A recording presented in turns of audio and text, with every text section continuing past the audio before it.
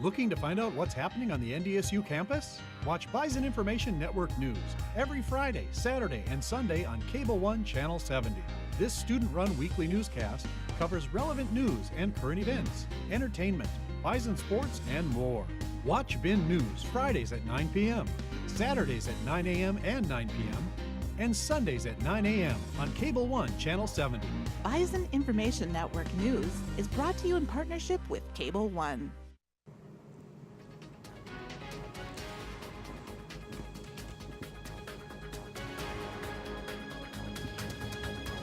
Good afternoon, ladies and gentlemen. Welcome to Frisco, Texas, home of the 2019 FCS National Championship.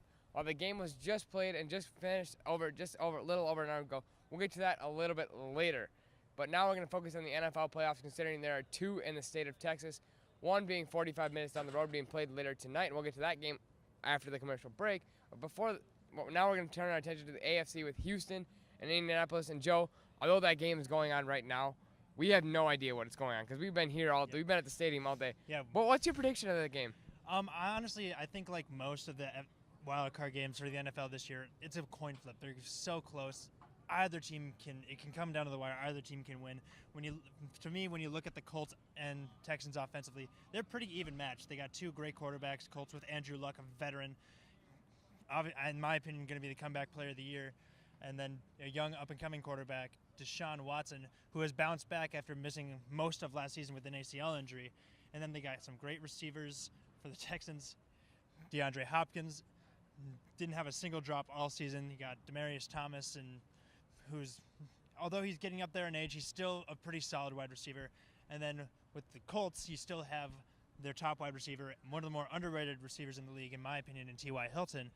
Pretty evenly matched teams offensively. But when it comes down to the defense, I think you got to give the edge to the Texans in that one. They finally have a healthy J.J. Watt and Jadeveon Clowney, and also a healthy Tyrann Mathieu. That is a dangerous defense. It's one of the best pass rushing defenses in the league. So kind of based on that and the home field advantage for the Texans, I got to give the Texans the edge in this one. And I think I got to agree with you there, giving the Texans the edge. I know the Texans beat them twice early on in the year. In the regular season, they were AFC South champions. It's in Houston. The offenses are about equal, but you got to give the edge to that Texans defense. That Texans defense is way too good. They are way better. They're loaded with stars. When they got the Honey Badger in the offseason, that just put that defense. Dirt cheap too. Yeah, that just put that defense over the top. I mean, there was nothing that you could do about it. But yeah, I know it's hard to beat a team 3 times in a row. But I just think Houston is going to come out. It's home field. That stadium's energy is going to be rocking. Stadium's going to be loud. I think Houston wins by 2 scores. Yeah, I think that's a pretty fair assumption. Houston, I think they're going to lock down defensively. They got to defend their home field. And I think this is going to be Deshaun Watson's true coming out party. I think he's just going to expose that pretty lackluster Colts defense, if we're being completely honest here. And, I mean, you got 2 comeback player of the year candidates, Deshaun Watson or Andrew Luck. Yeah. The Colts are hot right now. Their winning streaks, I know, although it came to an end a few weeks ago, they had to basically win out to get in. Yeah. And I just don't see them carrying any more of that momentum. I think the Texans win, and they go to New England to face New England, and that jumps us to tomorrow's game between the Baltimore Ravens and the Los Angeles Chargers. Baltimore barely sneaking in, just ahead of Pittsburgh at 9-7. Pittsburgh went 9-6-1. Pittsburgh's 3 losses down the stretch kind of hurt them. LA won, the Chargers defeated LA 22-10 early on in the year. LA get revenge here? I think so. I think once again, looking at it offensively, they're pretty evenly matched. You got two pretty good quarterbacks. Phillip Rivers, I think the most underrated quarterback in the NFL right now. He's been in the league for over a decade at this point. He's been so consistent with his play since he stepped into the league and stepped into the role as a Chargers starting quarterback. He has great receivers behind him, and Keenan Allen and second-year player Mike Williams. He's got a great running back in Melvin Gordon, and I think a pretty stud offensive line. With the Ravens, stud offensive line, they got a rookie quarterback in there. Lamar Jackson, he didn't take over as starter until the last couple weeks of the season, but he stepped in smoothly for Joe Flacco, who they have finally benched, and he's performed pretty well in the games that he's started. And he's starting his first playoff game And then when you look at defensively, those two defenses, I think they're one of the best in the NFL, especially in the AFC. The Ravens have stud veteran presence with Terrell Suggs, Eric Weddle, and then the young players like C.J. Mosley, I think just bring out a lot in that defense. And when you look at the Chargers, they have one of the best young pass rushers in the game in Joey Bosa. I think they're two pretty evenly matched teams. When it comes down to it, it comes down to experience. Lamar Jackson has not played an NFL playoff game yet until tomorrow. Even though Phillip Rivers' record in the playoffs is not very good, I think you got to give him the veteran presence in this one. I think I'm going to go with the Chargers. I think I got to go with the Chargers, too. I know that offense is veteran-led, although they have some few young up-and-coming guys like Melvin Gordon, Mike Williams.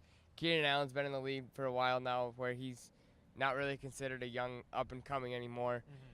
They're getting Hunter Henry back, who tore his ACL in spring, and I think it was early May, late April, somewhere around that time when they started reporting for, like, spring ball, kind of when college report.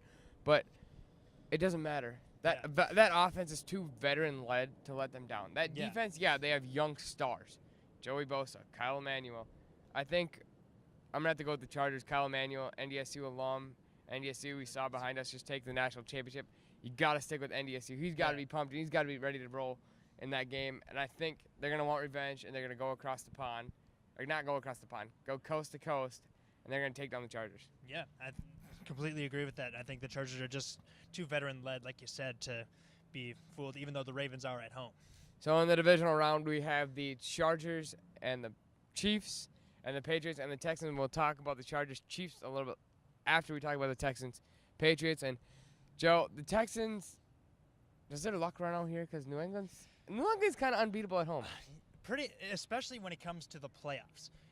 When New England plays in Foxborough at Gillette Stadium, when they're completely healthy, they're virtually unstoppable.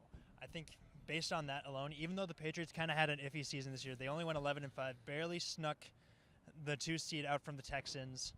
I believe Tom Brady's still going to be Tom Brady, even though he's sort of declining. Gronk hasn't been the same Gronk, and their defense is very, very suspect. I think it's too difficult to beat the Patriots at home, so I got to go with the Patriots. The last time I saw the Patriots get beat at home in the playoffs was 2012, and that was Ray Lewis's last season when the Ravens went on to win the Super Bowl. Yeah. I mean, and they were fully healthy that year.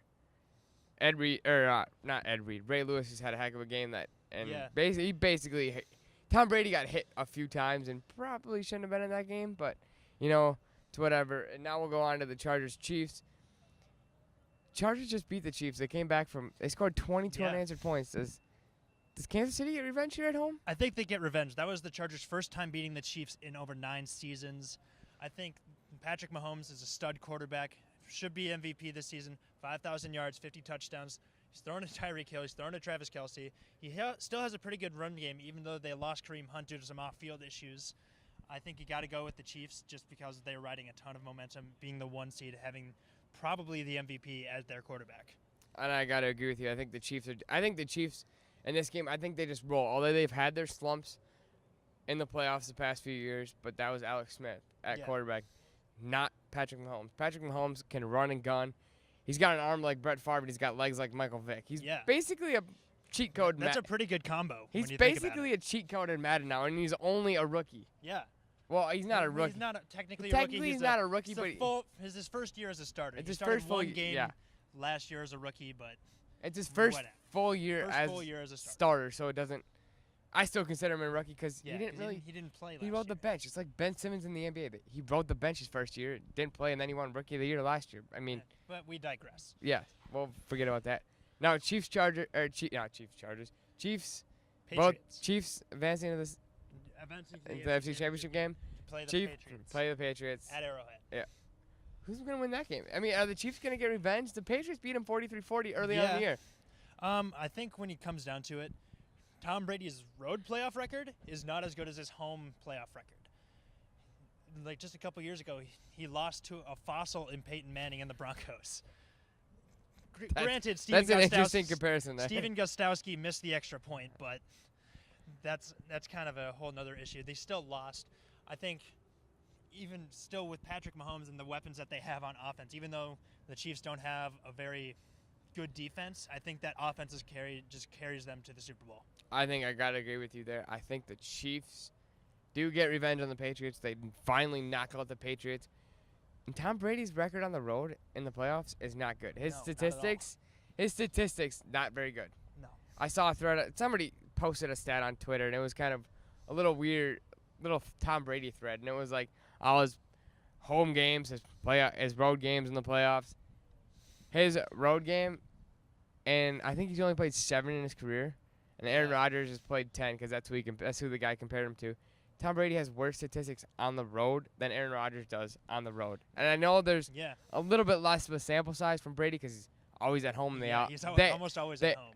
They always win, but I mean, you got to be able to perform on the road if you're gonna go win Super Bowls. Yeah. I mean, you're not gonna get lucky every year and have a home playoff game every time. Yeah. You have to learn to win. It's the NFL. You got to learn to win on the road. It's just like NBA. You have to go to win on the road Yeah, you have to win the playoff series if you want to get done before 7. Yeah. Football is not like that. It's one and done. You have one game, and if you lose, you're out. It's kind of like the FCS playoffs that we just saw. Pretty much. I mean, That's how. You got to leave it all. I know teams are starting to prepare. Like, okay, we have one more week. Yeah. It's not like that. You have to basically you have to throw the kitchen sink at everything. Yeah. And pray that it's good enough to help your team win. Yeah. That's pretty much how. I think that's how most playoff and college football in the NFL works. You win and you're in. If you lose, you're done. I mean, yeah, I think every. It wouldn't make too much sense if you had to play more than one playoff game against the same team. Yeah, that works more for baseball, basketball, and hockey, but yeah. It doesn't really work for the NFL. Because the NFL, if you don't show up in the playoffs, you're done. Yeah. That's how it's always worked, and I don't think that should ever change. You miss kicks, you're done. Yeah. I mean, it doesn't matter what you do. Well, enough about the AFC. We got the Chiefs advancing to the Super Bowl, although I think it'd be cool to see old man Philip Rivers. I think we both can agree. Yeah, I think we could both agree on that. That would get to see old man Philip Rivers in the playoffs. But for now, when we come back from the commercial break, we'll turn our page to the NFC and give you our NFC prediction along with our Super Bowl prediction on who we think is going to win the big game. That and more when we come back. Conveniently located across the street from NDSU's campus, Herd and Horns is the place to go, whether you're looking for a fantastic meal or just a quick bite to eat. Hi, welcome to Herd and Horns. Are you from the Drink Away? With friendly staff and excellent service, it's a restaurant for all ages.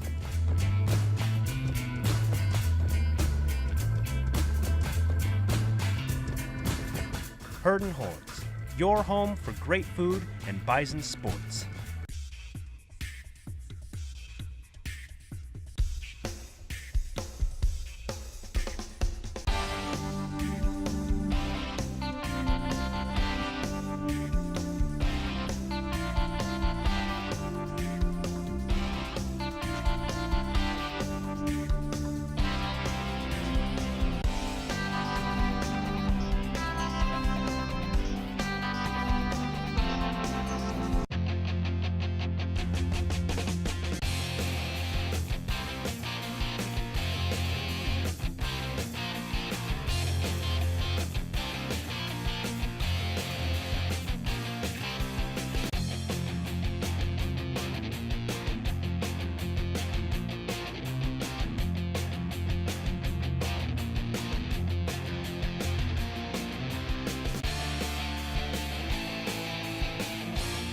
Welcome to Bison Block. If you are an NDSU student, you know it well. It's located right across the street from campus. How would you like to live in the same building as Starbucks, Jimmy John's, and Herd and Horns? Bison Block offers high-quality apartments at a very affordable price.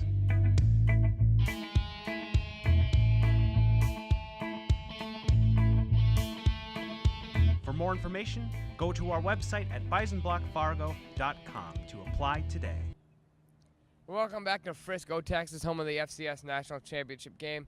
We were just talking about the AFC, and Joe and I both agreed that we think the Kansas City Chiefs will come out of the AFC, although we do think it'd be cool to finally see old man Philip Rivers get to his first Super Bowl. He was close in 2006, but was unable to get to there because of Tom Brady, and now we'll talk about the NFC and the playoff game that's happening 45 minutes like that way. Just somewhere over there. Yeah, at Jerry's World, Cowboy Stadium, Seattle and Dallas. What do you make of it? What do you make of this matchup? I don't want your prediction right now, but I'm just asking, what do you make of the matchup? I think as of right now, once again, I think the teams are pretty evenly matched. They got about the same level on offense and defense. Going into more specifically on offense, I think Seattle's got Russell Wilson. He's one of the more underrated quarterbacks in the NFL, much like Phillip Rivers. He doesn't get the credit that he deserves. He's won a Super Bowl with the Seattle Seahawks. He arguably probably should have won two, but I digress. He's still got pretty good receivers. I don't know if Doug Baldwin's going to play or not, but he's still got guys like Tyler Lockett and guys like that. Chris Carson has been a pretty solid running back. I've always felt like the Seahawks struggled a little bit with their running game after losing Marshawn Lynch to retirement. And with the Cowboys, their offense almost entirely runs through Ezekiel Elliott. He is the main catalyst for that offense. They're behind one of the best offensive lines in the NFL for probably the last few seasons. He's the rushing champion for this season, over 1,400 yards. And to be honest, Dak Prescott, I didn't think much of him coming into the season, but he's kind of held his own in the last few weeks here. He had that great throw to Cole Beasley against the Giants. It's almost like he's come alive since the Raiders traded Amari Cooper for their first-round pick. So offensively, I think they're pretty evenly matched. And when you look at the defense, I think they're also evenly matched as well. On the Seahawks, they have the veteran linebacker in Bobby Wagner. It's not the Legion of Boom, that defense, but it's still pretty solid. When you look at the Dallas defense, that's always been like their main issue is their defense. But they got a good young middle linebacker in Leighton Vander Esch, going to probably take over Sean Lee's spot. Their secondary is still a little bit iffy to me, but their front seven should be pretty solid. When it comes down to that, pretty evenly matched, I think it comes down to more playoff experience. While Russell Wilson's won a Super Bowl, and the Cowboys really haven't won. They've only won like 2 playoff games since they won their last Super Bowl in 1995. It's been a while. Their last playoff win was a wild card game against the Lions, so it doesn't really count. It's the Lions, so That's I think true. But it's still a W, but it doesn't matter. Win's a win, but it's basically a freebie. I think I got to go with the veteran, the guy who's won the Super Bowl, Russell Wilson. I'm going to go with the Seahawks. I think I got to agree with you there. The Seahawks, although that Cowboys defense is getting better with Leighton Vander Esch, I think he's better than Sean Lee. I would agree with Sean that. Lee is just getting – it's not that Sean Lee – don't get me wrong. I'm not saying Sean Lee is just bad. No. Sean Lee is getting better. He's getting older, so it's kind of slowing him down. He's having some He's been hampered with some injuries, whereas Leighton Vander Esch kind of reminds me of Jabril Cox. We saw that earlier today, where Jabril just basically roamed the sideline. He was all over the field.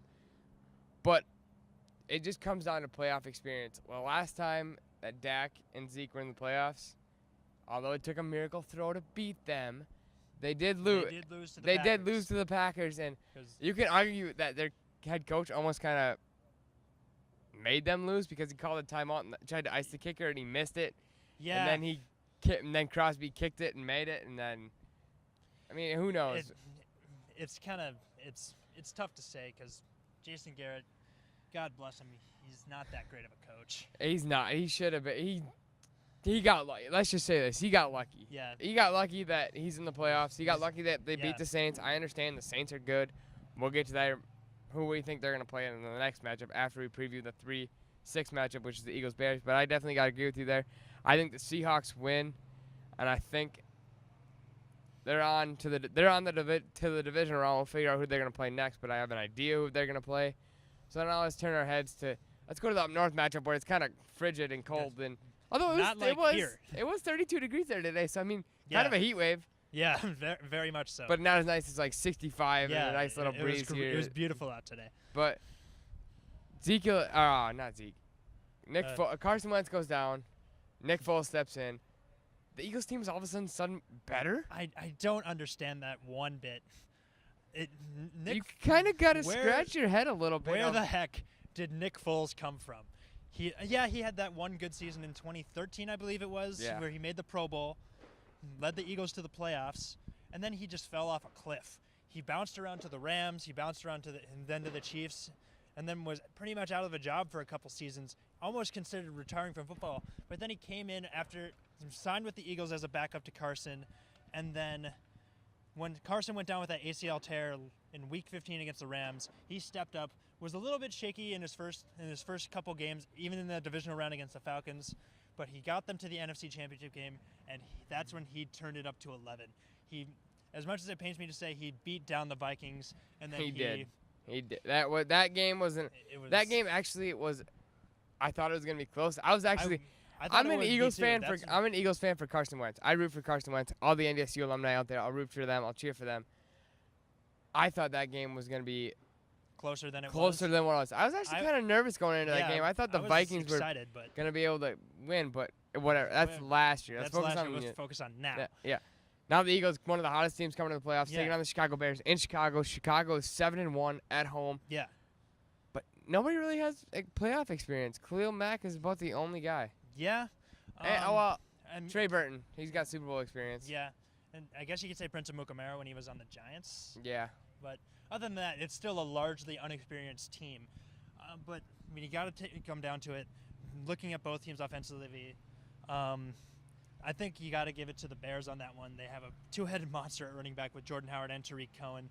They got Mitchell Trubisky that's the big what if. Can he show up in the playoffs? Yes, he's got the third highest QBR in the league right now. He's playing a lot behind a pretty good offensive line and had some pretty good receivers to throw to.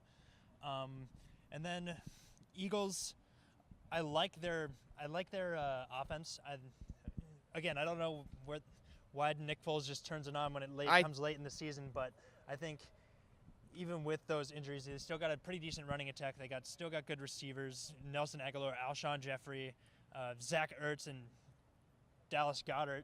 I think that's a pretty good tight end tandem. Yeah, I have an opinion. That Eagles offense, I feel like with Carson, they try to do too much. Yeah. Whereas you saw with Nick Foles, they kind of simplify. They simplify it. They simplify their plays, and it makes it that much easier. Simplify your offense first. Don't throw like the kitchen sink at him. Yeah. Throw a book at him, and then kind of work your way up. And then slowly work in new concepts, new things, because that's why the Eagles kind of struggled this year. I know last year it felt like the offense was so simple. Clicking. They went 13-3 for a reason. Yeah.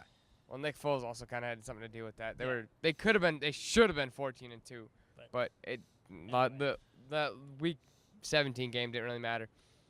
But who do we think wins this matchup? I think the Bears defense is the defensive side of the ball. You give the advantage to the Bears.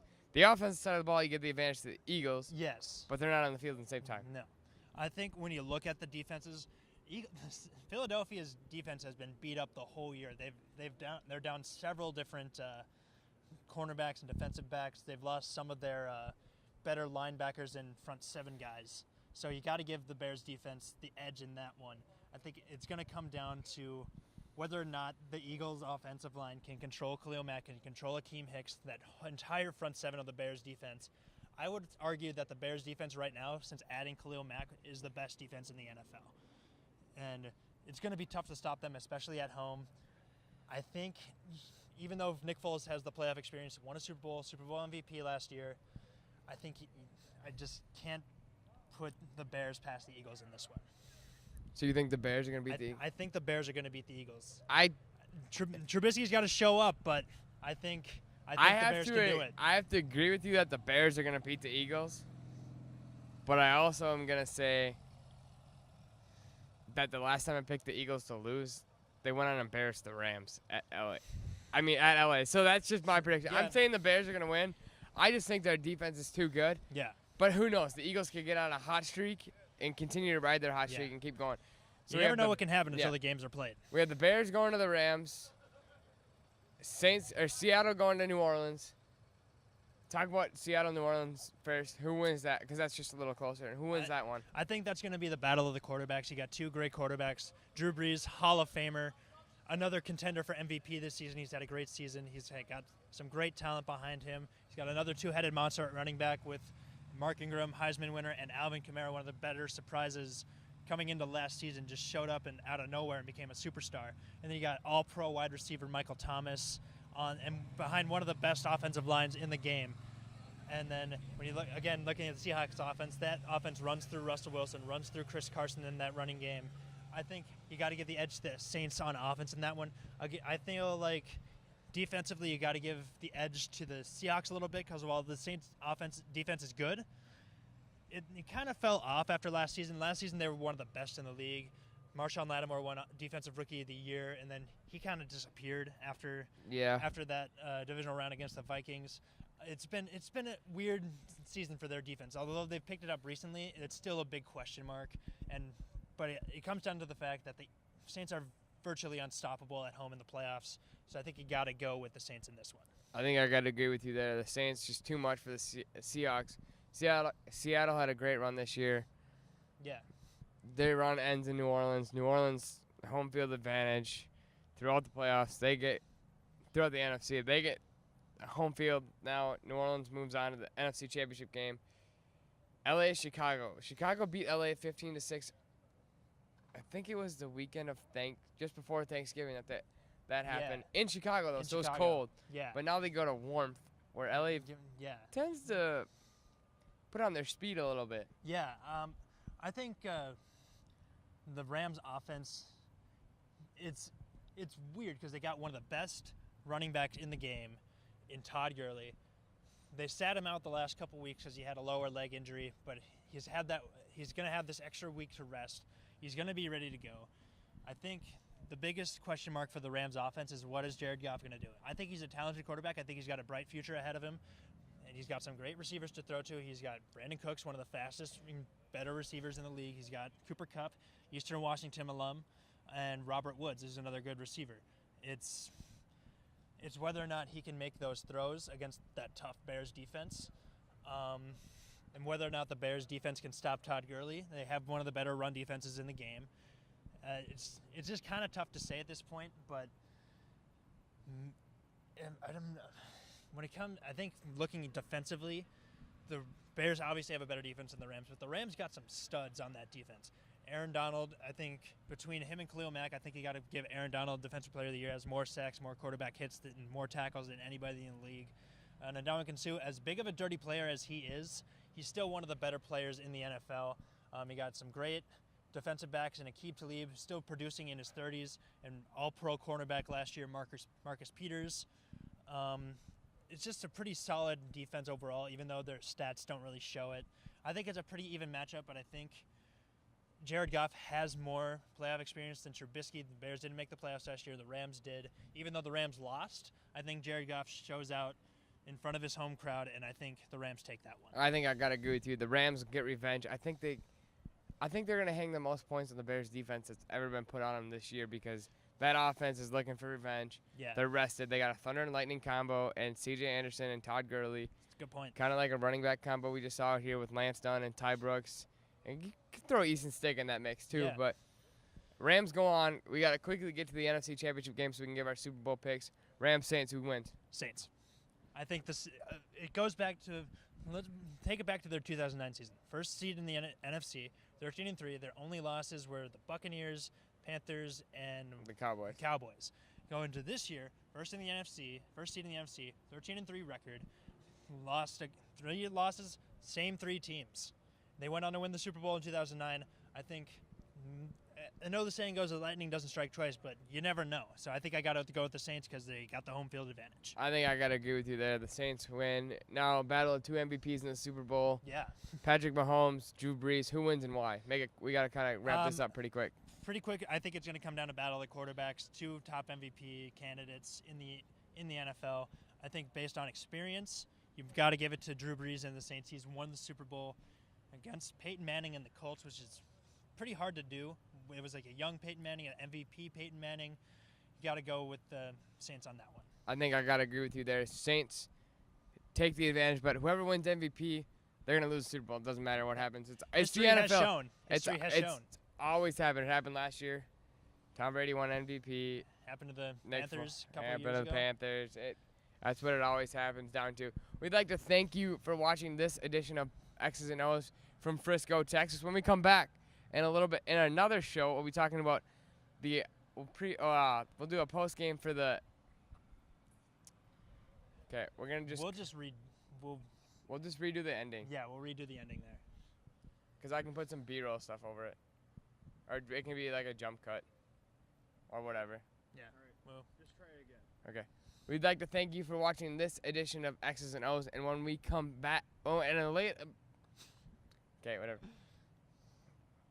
We would like to thank you for watching this edition of X's and O's, the NFL Playoff Edition. You can come at us when all our picks are wrong because that's what's going to happen in the NFL. That's how it it's just works. going to blow up. It doesn't matter. But that's what we think. We think the Saints are going to beat the Chiefs, but whoever wins MVP between Drew Brees and Patrick Mahomes will lose the Super Bowl, although we both can agree. It'd be cool to see Chargers Saints with Philip Rivers and Drew Brees I think that'd be a squaring great off. matchup. And it'd be it'd be draw more Super Bowl rating, I feel like. Yeah, we'll see. We'll see what happens, but we'd like to thank you for watching this edition of Bison Information Network X's and O's.